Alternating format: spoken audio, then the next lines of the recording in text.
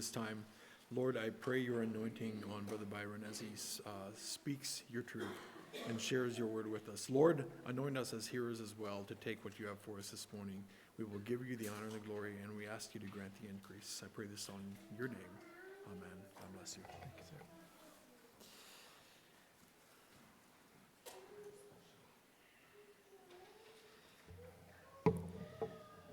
Well, greetings to you all here in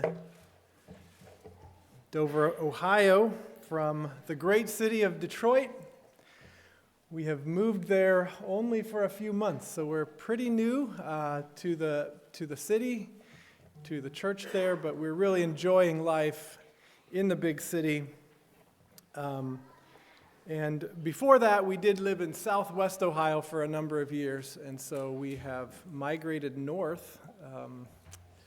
I know that's a little bit of a controversial move in some quarters.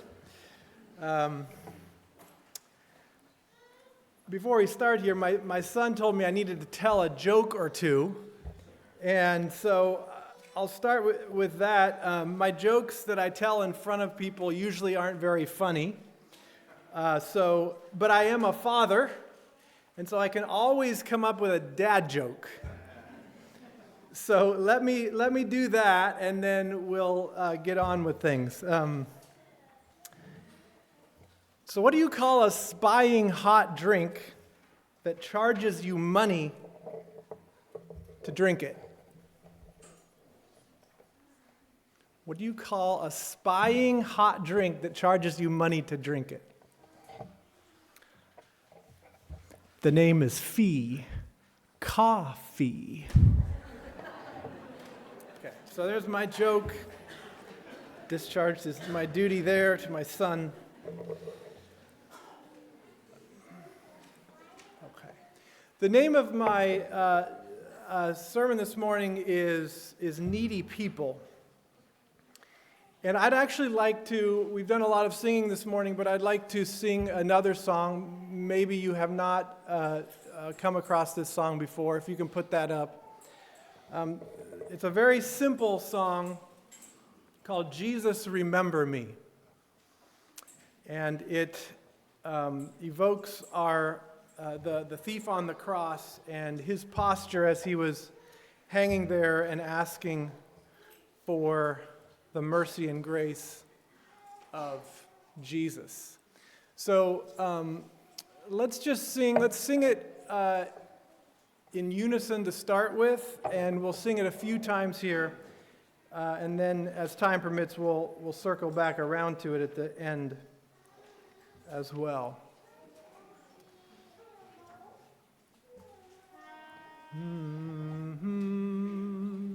Jesus, remember me when you come into your kingdom. Jesus, remember me when you come into your kingdom. Now you can sing parts if you'd like. Jesus, remember me when you come into your kingdom. Jesus, remember me when you come into your kingdom. One more time. Jesus, remember me when you come into your kingdom. Jesus, remember me when you come into your kingdom. Thank you. You can switch back to the slides there. So my text today is from 2 Corinthians chapter 12, verses 9 and 10. There we go. 2 Corinthians chapter 12, verses 9 and 10. So let me read that out of the New King James. And he said to me, My grace is sufficient for you, for my strength is made perfect in weakness. Therefore, most gladly, I will rather boast in my infirmities, that the power of Christ may rest upon me. Therefore, I take pleasure in infirmities, in reproaches, in needs, in persecutions, in distresses for Christ's sake. For when I am weak, then I am strong. So in this passage in 2 Corinthians 12, Paul is continuing an idea, an argument that he's been developing in the previous chapter. And you might summarize it as boasting is good if you understand it rightly. N.T. Wright explains that in this letter of 2 Corinthians, Paul was responding to some suspicion about whether he was a legitimate apostle. And they expected him to have certain experiences and certain things that he could explain, like, this is why I am a legitimate apostle. And he seemed to be coming up short in their eyes. And, what was happening to him is he was getting beat up instead of having great victories. He was getting run out of town instead of, glorious apostolic visions. And so Paul's sort of saying, okay, if you want me to boast about being an apostle and being a legitimate person in this position, I'll boast, but I'm actually going to boast in those things that you actually think show my weakness and show that I'm not a legitimate apostle. And back in chapter 11, verses 25 to 30, is where he's sort of talking through that. 3 times I was beaten with rods. Once I was stoned. 3 times I was shipwrecked. A night and a day I have been in the deep, in journeys often, in perils of water, in perils of robbers, in perils of my own countrymen. He just goes on and on and on. And he goes on to verse 30, though, and he says, if I must boast, I will boast in the things which concern my infirmity. Okay, so if I have to boast, I'm going to go ahead and boast in those distresses, infirmities, weaknesses. Then he goes on in chapter 12, at the beginning of chapter 12, and he says, okay, well, there was this one experience that I had. Okay, he doesn't actually for sure name himself as the person. He talks about it in the third person, but we think that it was Paul who experienced this ecstatic experience where he was had this vision, caught up to the third heaven. And it was like a really heady thing. Like if you had this happen to you and you understood that it was God taking you up into this vision, it could lead you to pride. It could lead you to boast. And verse 6, though I might desire to boast, I will not be a fool. And verse 7, lest I should be exalted above measure by the abundance of the revelations. So if in case I might be tempted to get proud, God gave me a thorn in the flesh. And whatever this thorn in the flesh was, it was very difficult for him. And he pleaded with the Lord 3 times that it might depart from him. And that leads us into our text. As a response to that, Jesus said to me, my grace is sufficient for you. My strength is made perfect in weakness. Therefore, most gladly, I will rather boast in my infirmities, that the power of Christ may rest upon me. Therefore, I take pleasure in infirmities, in reproaches and needs, in persecutions and distresses for Christ's sake. For when I am weak, then I am strong. As is so common with the teaching of Christ, this teaching subverts what we might usually think. When people boast, they do that to gain some advantage. They do that typically to lift themselves up in the eyes of others. Maybe they can gain some more power. Maybe they can gain some more prestige. Maybe they can gain some advantage. And so we boast about the things that we think are pretty cool, pretty good, pretty amazing about ourselves. But here, Paul, through the inspiration of the Spirit of God, turns that around, flips that on its end, and says, hey, the way to receive spiritual power is actually to acknowledge our weakness, our difficulties. So the points that I want to make this morning are, number one, we are all needy people. And number two, God's power is manifest in us when we are weak. We are all needy people. That is the truth. That is the truth. Paul is expressing his need in this passage, in these verses. And I am quite confident that if you sit quietly in your prayer closet and say, Lord, I need you, that the Lord will bring to your heart and mind areas in your life, areas adjacent to your life where the Lord is desperately needed. Some of those will be very big things, like heavy things. Some of those will be small things, but they will be there. And recognizing and acknowledging those needs is a Christian teaching. It's a Christian truth. Or it's a Christian command, I better say. In some of the other epistles, 1 Peter and James, God resisteth the proud, but giveth grace to the humble. In Luke 4, listen to the words that Jesus quoted from Isaiah in his debut. He was as a minister, as a rabbi.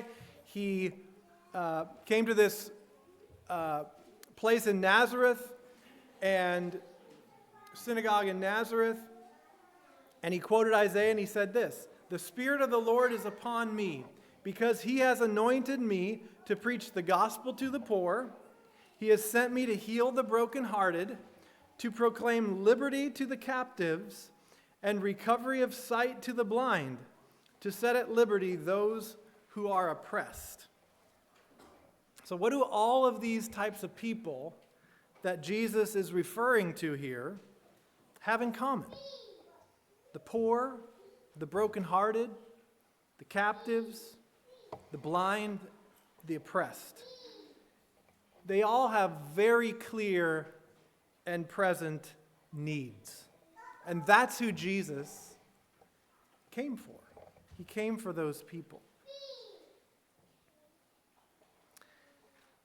Some years ago, we were part of a Bible study that we were going through the book of Luke. And one of the things that I realized and really impressed me as we went through that was how often in that set of scriptures, humility was rewarded, acknowledged by Jesus. And I could go through, a dozen examples of that, but let me just pick out a few. In Luke 6, it's Luke's version of the Beatitudes, which we read this morning, and he has a blessing on the poor and a woe to the rich, right? Blessing on a group of people who have a need and recognize it, and woe to the group who might feel like they don't have a need. In Luke 18, 10 to 14, we have the tax collector and the Pharisee, the parable that Jesus told. And you have that comparison of the Pharisee who comes and says, I have it all together. I do the fasting. I don't do the sins. And I'm pretty good. Please accept me on that basis. The tax collector, you know the story. He couldn't even look up to heaven, but he recognized his great need. And Jesus says, he who humbles himself will be exalted. And then that passage referred to in the song that we sang here at the beginning. Let me quickly turn to that, Luke 23, 39 to 43. This is when Jesus is on the cross.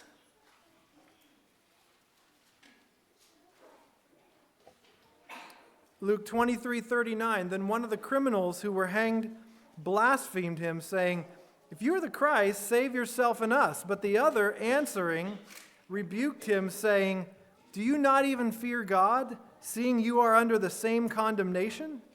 And we indeed justly, for we receive the due reward of our deeds.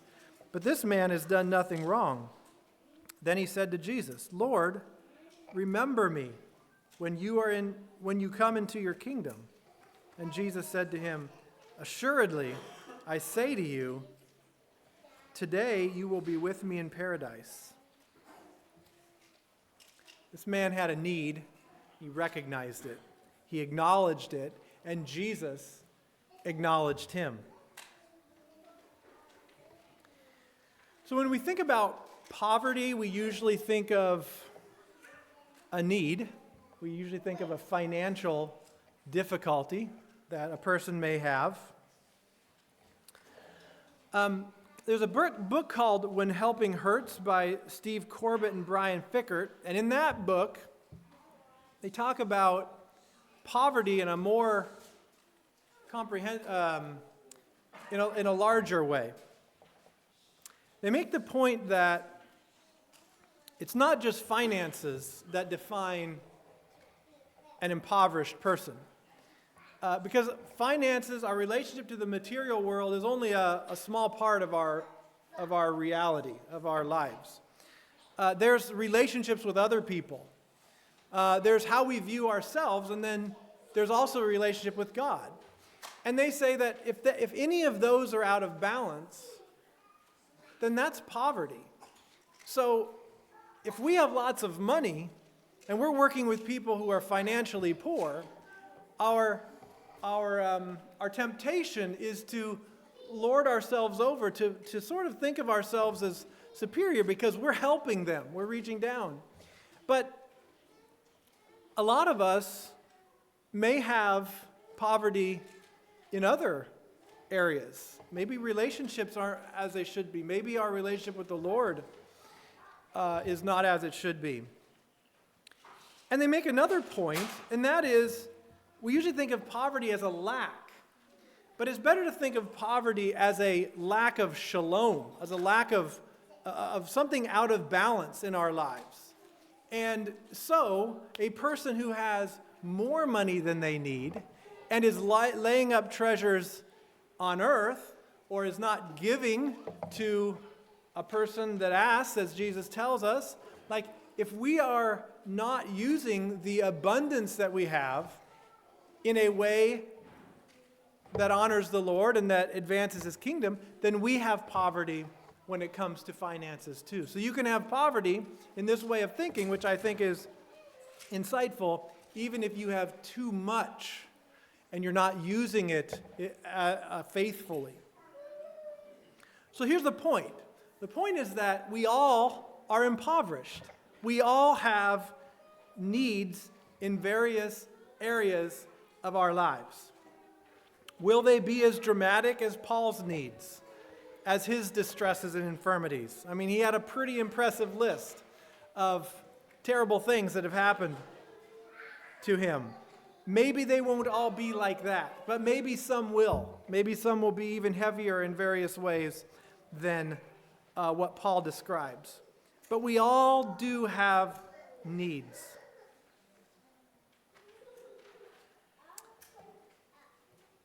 In my life, sometimes the needs are obvious, and sometimes the needs aren't so obvious, like there's nothing pressing, But at any time, whether the needs are obvious or not, I can sit before the Lord and I can name things that He can bring to my heart, needs that I have in my life.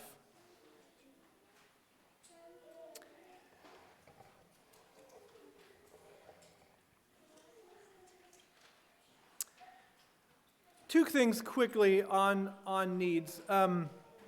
One is, if you think you are winning at life, some people don't really appear to have needs.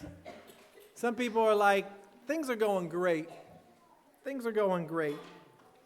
If you are at that point where you can't sit down and realize and recognize and acknowledge needs, then I'm afraid you might be more in the woe to the rich category than the blessed are the poor category. If you don't, it's not so much for the rich that they had a lot of money. Like we have examples in the New Testament where people were wealthy and used their money for good things. But it's more that they don't recognize the needs that they have. And they're sort of self-satisfied in their riches. They don't need the Lord. So please don't be in that category. Don't be in the category of a person who's like, I'm winning at life, life is good, and I don't have any needs. The other thing is, some of you may feel like you have needy people in your life. Okay, the needy person that takes a lot of energy. There's a lot of drama that follows them, and you may have to put up boundaries in certain ways for this to have healthy relationships with this sort of a needy person. And this is a little bit of a different category than what I'm talking about this morning. We can be healthy people that are, emotionally healthy, that are not dependent on others, that are independent or even interdependent as we want to be. But we still need the Lord. We still need the Lord. Okay? And if there are needy people in that other way that are dependent and are not independent, then that's a journey of discipleship for them if they're Christians.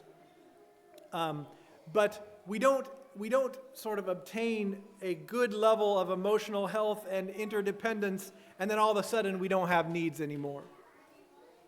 We still need the Lord. And telling your needs to the Lord, to Jesus, is only the first step. We want to develop the ability, the humility to be able to tell others our needs as well, trusted Christians. So we are all needy people. I pray that we all can say with the thief on the cross, Jesus, remember me when you come into your kingdom. We need the Lord to help us control our tempers. We need the Lord to heal broken relationships in our families. We need the Lord to give us wisdom and patience in parenting our children, to make us selfless with our spouses, with our friends. We need the Lord in all these ways and many, many others.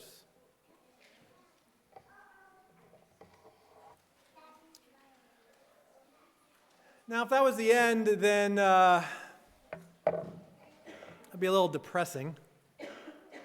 Just a bunch of needy people sitting around wallowing in our neediness. That's not the end of the story. Second point is God's power is manifest when we are weak. It's only part of the story to acknowledge and even in some way glory in our weaknesses. The other part is the power we receive when we acknowledge our needs. In our passage, Paul testifies that when he is weak, then he is strong. He testifies that he wants to boast in his infirmities so the power of Christ can rest upon him. So this is fantastic news. This is amazing news for us. That in our weakness that we all have, the power of God can be shown, can be made manifest in our lives. Now, it's not like a machine that we can just like input needs and output power. It's not like a prosperity gospel sort of thing. If we just do the right thing, then we're going to have, some spiritual experience and power. So I don't want to give that impression to make it too formulaic. But this is Paul's experience. That if you want God's power in your life, if you can recognize your needs, then God's power will be shown. And I can tell you this from my own experience too. There is great comfort and power in telling your needs to the Lord. Practical suggestion here, as part of your regular prayer time, you might add a section where you just open your heart to the Lord, open your mind to God, and acknowledge your needs. Let Him speak of the needs that are in your heart and are around you. And in that act of acknowledging your need, the Spirit of God will provide you comfort. I can say this from my own experience. And power against the problem. Okay, it's not going to immediately solve the problem necessarily, but there will be both comfort and power. You will recognize that God is with you. By that time of just direct acknowledgement, you will recognize that God is with you, and that alone will give you comfort and strength. And the other thing that can happen here when you have this connection with the Lord around your needs. And by the way, this shouldn't be the only thing you pray about. my needs. But when you do that, you know how in our 21st century post-Enlightenment materialist society and culture, you know how often it seems that the spiritual is like foreign and it's not even real? It's just all we have is like the physical around us, and we just don't have that sense of the transcendent as we go from day to day. That's my experience. I don't know if it's you all's experience. But one of the powerful things about church and about some of the things like communion and baptism, some of those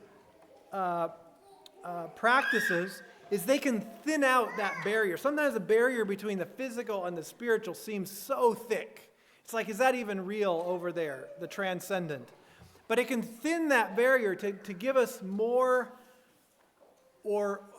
glimpses and maybe even some more direct access to the spiritual. And that's a little bit how I think of this practice as well, of the practice of acknowledging the needs that you have to the Lord who has power over not just the physical world, but the spiritual as well. So this can be a way to thin that barrier, to get closer to the spiritual and the transcendent. I want to share with you my own testimony and experience related to this. In 2020, our family lived in Hamilton, Ohio, southwest Ohio. And in many ways, we had a comfortable life. I had a good job at Miami University. We had a lot of friends in the area. We had a small church plant that we'd been involved with for a number of years, and it was struggling to get its footing. At this point in 2020, COVID was happening, and it seemed maybe to bring to the surface some problems that hadn't previously been addressed clearly. And all of a sudden, this effort that we had been involved in for maybe 8 years was blowing up in our face, it seemed like. And this involved difficult and painful things. At that point, we felt like we really had no plan B. Like all our eggs were in the church planting Hamilton, Ohio basket. And I didn't know what to do. I hadn't experienced anything like that before. And for certain reasons, I didn't feel like I could share what was going on with anyone outside of my wife and the Lord. It felt like we had to bear this. For some reason, we felt like that we had to bear it on our own. And that during that time, I felt my weakness and inadequacy to an extent that probably I've never felt before.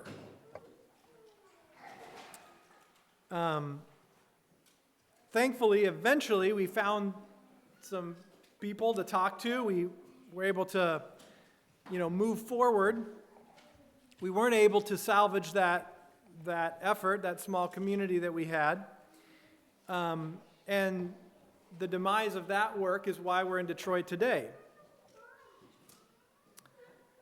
But through those dark, dark times, I also experienced God's presence and His power in a way that I hadn't before. It seemed like the harder the situation, the more, the closer the Lord seemed. And it was a little bit like I had no other option, This was, I was very clear that I had needs, that I was inadequate, that I couldn't do this on my own. But when that happened, when I was weak, then I became strong. There was a sense of spiritual closeness to the Lord and a sense of spiritual growth that I probably haven't experienced since, and I hadn't experienced before. It was a really tough time, but it produced a lot of really good fruit. But of course, the challenge, so you may be in a crisis like that right now. Hopefully not, but maybe. For the rest of us who aren't in such a crisis, how can we continue to recognize our need, continue to experience the blessings and the fruit of that when we aren't in crisis? We still have needs, but maybe we're not at that desperate place. This is a question that's sort of out there, and I think building practices into our lives where we regularly confront our needs, share them with the Lord, and share them with others. So I want to reiterate that point. There's a reason that we are instructed in the Bible to confess our faults to each other. We were made for community. We were made for closeness and intimacy with other people. And if you, like me, struggle at times with pride, then it's especially important that you confess your faults, that you share your needs with other people. Because I will tell you from experience, nothing brings you down to size like sharing with another person something that really honestly is not very nice about yourself. that will humble you like very little else.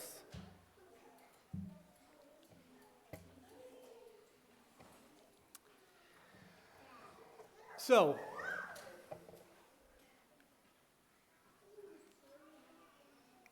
back here.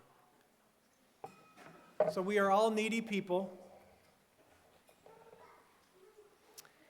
but God's power is manifested in us when we are weak.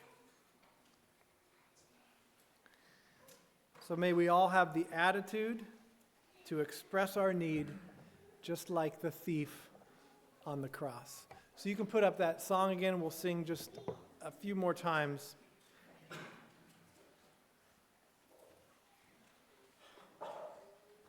Jesus, remember me.